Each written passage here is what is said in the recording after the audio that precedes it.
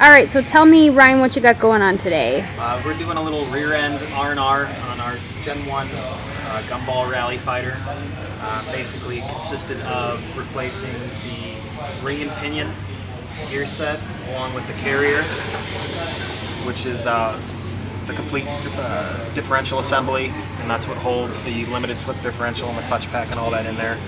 And we also have replaced some bearings and also a pinion seal. So what really goes into that, aside from replacing the parts themselves, is you've got to have some pretty specific bearing preload measurements, and then also some really high torque numbers to get what's called a crush sleeve to pinch itself down on the pinion gear, which is what holds it in place.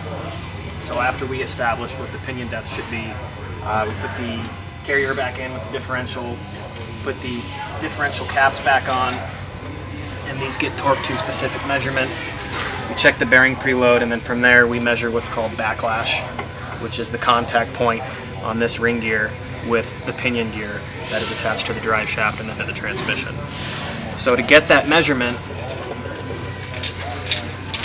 we use what's called a dial indicator, and this is going to give us a very specific measurement. And the spec that we're looking for is right around 8 to 12 thousandths of an inch.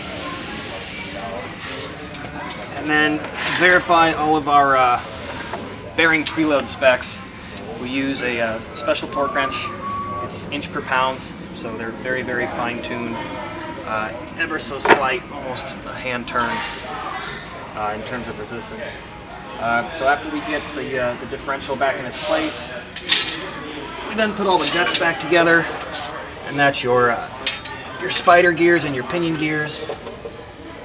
And then coupled with that is the clutch pack, which is what drives the limited slip differential. Within the clutch pack, it uses a series of steel and fiber discs, and they're just in alternating order. So you've got a steel, fiber, steel, fiber, steel, fiber. You've got a shim, and then a domed washer. And that completes the axle.